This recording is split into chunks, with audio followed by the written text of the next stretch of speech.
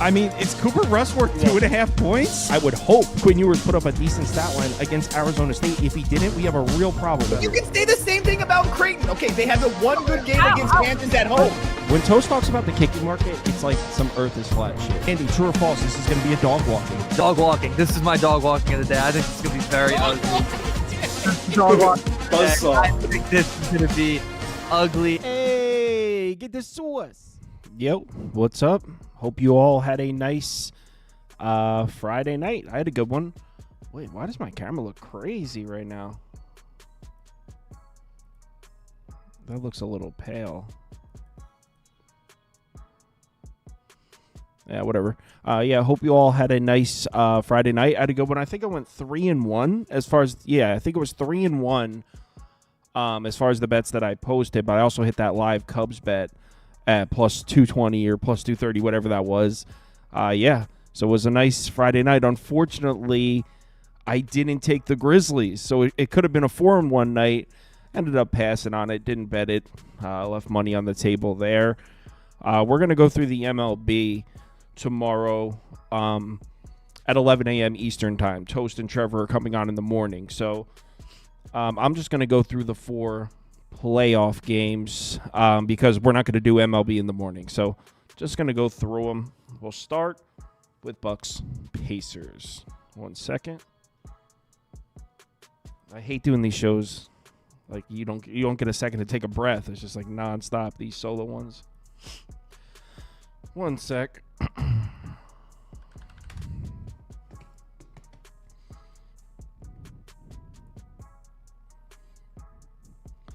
Bucks Pacers game 1. All right. So here's the previous meetings this year. As you can see on the graphic on the screen, the Bucks have taken 3 out of 4. They're 4-0 against the spread. So Milwaukee has not had problems with this Pacers team. And you know what? The Pacers were fully healthy for all of these games as well. They were missing Nembhard for one of them, but I think that was the November one. So the Bucks have handled the Pacers pretty easily, a full-strength Pacers team as well. So you like that if you're betting Milwaukee. Now, we know the Pacers run at a fast pace, and what do we know about this Bucks team? I've talked about it several times this year. When Milwaukee plays fast-paced teams, they make it a point to slow the game down. You've probably heard me say this 10 times this year. They're actually 13-18 to the under against the top 10 teams in pace. So against teams that run a fast pace, they tend to trend towards the under. The Celtics are the same way. When they see these fast-paced teams, they try to slow the game down. So something to keep in mind. Maybe points us towards the under a little bit. Next slide. 1 sec. Numbers in transition kind of go exactly with what I'm talking about here. Pacers top 10 in transition frequency. The Bucks have not really had problems with these types of teams. They're 19-10-2 against the spread, against the top 10 in transition frequency. So, I mean, the fact that the Pacers run a fast pace, that could be part of the reason the Bucks have not had problems with them this year. Now, check out the rebounding. Now, you might say, Kyle, both these teams are terrible on the offensive glass, and that's true. But that kind of points us towards Milwaukee a little bit because Milwaukee's been dominant against bad rebounding teams. Meanwhile, Indiana hasn't really, there's no significant splits in that department, but Milwaukee against good offensive rebounding teams, 10-14-1 against the spread. Against good defensive rebounding teams, 13-5 against the spread. Look at the Bucks against the bottom 10 in offensive rebounding rate, 21-5-1 against the spread. Pacers definitely a bad offensive rebounding team. You like that if you're betting Milwaukee. What's this here? Oh, transition again. I went out of order. So, yeah, I mean, look, as you're going to hear me say over and over again, there's not a ton of betting value in these playoff games. I mean, these lines have been nuked. I guess if you're watching like a hawk, as soon as a line opens, you can maybe find something. And I know that sounds weird because I've been doing extremely well in these play-in tournaments. I think I only lost one bet this entire play-in tournament, but there's a lot of gambling going on right now. It's not, I don't know how valuable these bets are, but I do personally have this game at 4.5. So I guess Bucks plus 5.5 I took. Again, probably just doing some gambling here, but I took Milwaukee plus 5.5 in this one. Next. Clippers Nuggets. Wait, does it say? Oh, no. There we go. Clippers Nuggets. Oh, you know what? Since I'm by myself, I should read some comments and see what you guys said.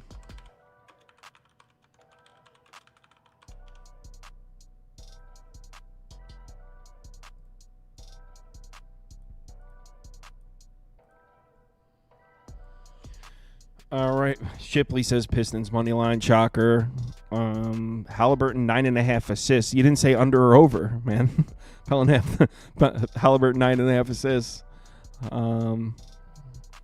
Shout out from Cali. What's up? Thank you, man. NBA so rigged.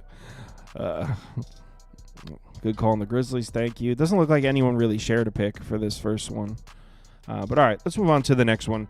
Clips, Nuggets, and I took the Clippers money line here. In my opinion, there's plenty of evidence to support a Clippers money line bet. We know what's going on with Denver. The new coach, they haven't looked all that great. The Clippers seem to be trending. I mean, they seem to be peaking at the right time. The Clippers are actually third in offensive rating in the last 10 games and third in defensive rating. So the Clippers are playing elite basketball on both sides of the floor. Like I said, just peaking at the right time. Oh, Tinker's taking the Pacers. Shocker. Tinker's from Indiana, for those of you that didn't know that. So, yeah, you can see the Clippers are playing elite basketball on both sides of the floor here. Obviously, we know the Clippers like to run a slow pace. But really, what I want to talk about, all right. So, can you guys see this? Last 10 games, offensive efficiency third for the Clippers. First in the last 5 games. The reason I'm pointing that out, the Clippers have been playing elite offense. Denver hasn't been all that great against good offenses this year. 9-16 against the spread against the top 10 offenses. They also haven't gone over the total quite as heavily against these good offenses. They've gone over against my bad. That graphic's labeled wrong. Now, it's not all bad for Denver. This Clippers offense has been very reliant on getting into the paint, especially down the stretch this season. Kind of plays into the strength of the Denver defense. I mean, they're not great down low, but they've struggled against the three-point shot this year. So the fact that the Clippers have been attacking the interior, that's a positive for the Denver defense. And then, I mean, we do have to keep in mind, we're talking about the Nuggets at home in Denver against a Clippers team that's been much better at home this year. The Clippers haven't been very good on the road this year, but that's not how they finished the season. Here's the numbers. The Nuggets have had success against teams that attack the paint. So I was just talking about how the Clippers attack the paint. You can see against these teams that rely on jump shots, the Nuggets have struggled. They've gone under the total. But against teams that attack the paint like the Clippers, they've done pretty well. So that's what this graphic shows. But right here, the Clippers, last 8 road games, 7-1 straight up, 7-1 against the spread. That's enough for me. I mean, I've got the Clippers at -1 here. Also a heavy lean on the over. I forgot to take the 6 points off for the playoffs in this one, though. So this total would be around 229. Still lean towards the over. Obviously, Clippers at +2.5 or a money line at plus money would be a positive EV bet if my projection is accurate. But we are talking about Jokic, championship Nuggets team at home. I mean, is it that crazy to say they wake up and all of a sudden look like a serious contender again? Of course not. So I did bet the Clippers money line at +122. But I don't love it. I think based on what we've seen the last month, in terms of what we've seen the last month from both these teams, you have to say the Clippers at plus money are a good bet. But like I said, maybe the Nuggets just wake up. So I took the Clippers money line here.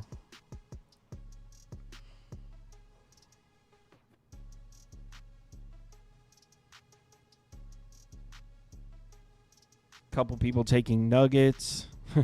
Kawhi Leonard won't last 4 rounds of basketball without getting injured. I mean, he's done it twice. He's a multiple-time champion. He's got more championship than Jokic does. Tinker's on the Clippers. Russell Westbrook over turnovers. B-Felly's on Kawhi Leonard under 6.5 rebounds. Denver first quarter. Whoa. Let's talk Knicks ball.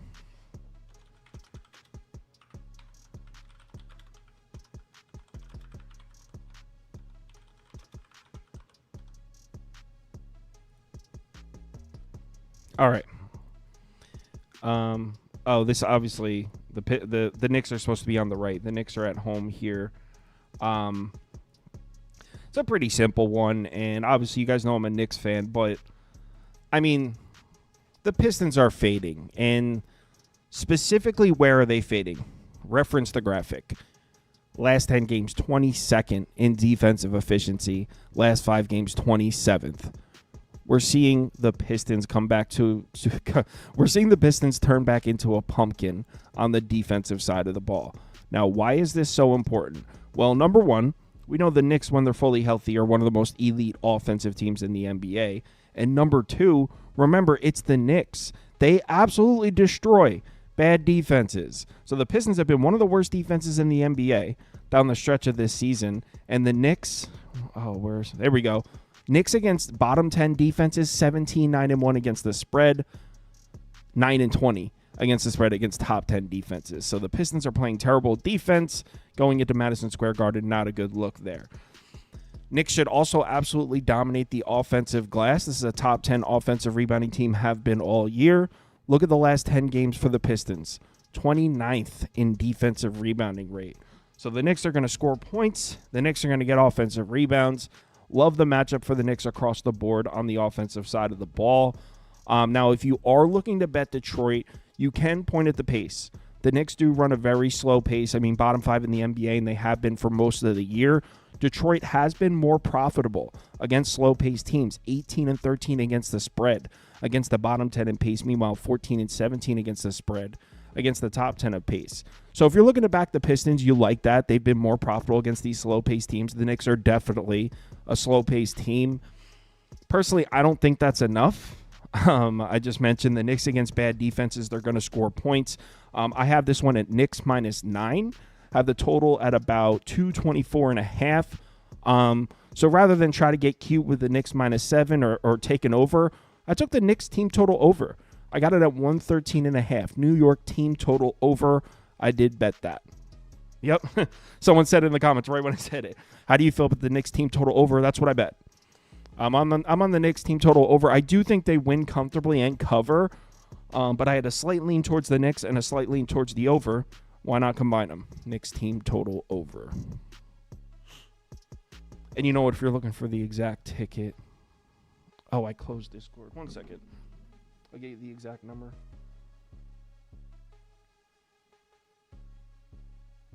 Over 113.5 at -120 is my exact bet.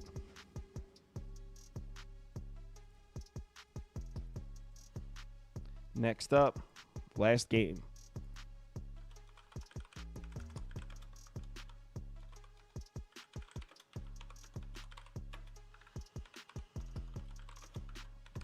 Minnesota on the road in LA to play the Lakers. All right. I mean, obviously, this is a tough one. These two teams have only played once since the new year. February 27th, the Lakers won that game 111-102. Pretty much every single game these two teams have played has been low scoring, which I think is important to keep in mind because it plays into the way I'm leaning here. Look at these scores. Every single time these two teams have played all year, we've seen a low-scoring game, and it makes sense. They're both slow-paced teams. We'll get to that in a second. Obviously, I think we can all agree the Lakers have been the significantly better team, and I mean, yes, you guys agree. Look at the poll. We're polling almost 80% Lakers, so not that this should change your opinion in any way, but I would imagine the Lakers are going to be the heavy public side here. A lot of people are going to be laying the 4 points at home. If you're looking for an angle for Minnesota, it's the three-point shooting. This has been a pretty three-point happy offense all year, top 10 in three-point frequency. The Lakers have really struggled to defend the three-point line. We do have to give the Lakers some credit. They've played great defense on the interior, but they've kind of fallen apart in terms of defending the three-point line. So there you go. If you're looking to bet the Timberwolves, you're pointing at the three-point line. There is something. you can see the Lakers against teams that don't shoot threes, they've been money. 28-1 against the spread against the bottom 10 in three-point frequency, but against the top 10 in three-point frequency, 15-15 against the spread. So there you have it. If you're looking to back Minnesota, you're looking at the three-point line. This is one I wanted to point out, and this one's important. So look at this graphic here. Both of these teams against slow-paced teams. And remember, the pace, they kind of go hand in hand. Both these teams are bottom 10 in pace. So when a slow-paced team plays a slow-paced team, we should see an even slower pace. A lot of half-court possessions. And both of these teams, when they see other slow-paced teams, they tend to stay under the total. Minnesota 8-13 to the under against bottom 10 in pace. Lakers 9-17 to the under. So both these teams have trended heavily towards the under when they see other slow-paced teams. All four times these two teams have played this year, it's been a low-scoring game. So heavy lean towards the under. Here's the thing: when I plugged everything in, I even took 6 points off for the playoffs. I still have this one at 216. So I mean, is it worth a bet at 216.5 if I have it at 216? I have this one 109.6 for the Lakers, 106.6 for Minnesota. Obviously, there's a lot of heavy trends pointing towards the under. So I guess that would be my favorite bet. Maybe a Lakers team total under, but like, am I really trying to take a Lakers team total under with Luka and LeBron in the playoffs at home? I guess under, pass. This is the only game I haven't bet yet. Let's say under 216.5 would be my pick. I don't know if I actually bet it. Yeah, sorry for the shitty show. The solo shows are so hard because it's like, dude, I can't just talk forever. I need a break. And usually I can pass the ball to somebody. So, yeah, I got the Bucks plus 5.5. Clippers money line. Knicks team total over 113.5. I'm sorry, did I say 213 before? 113.5.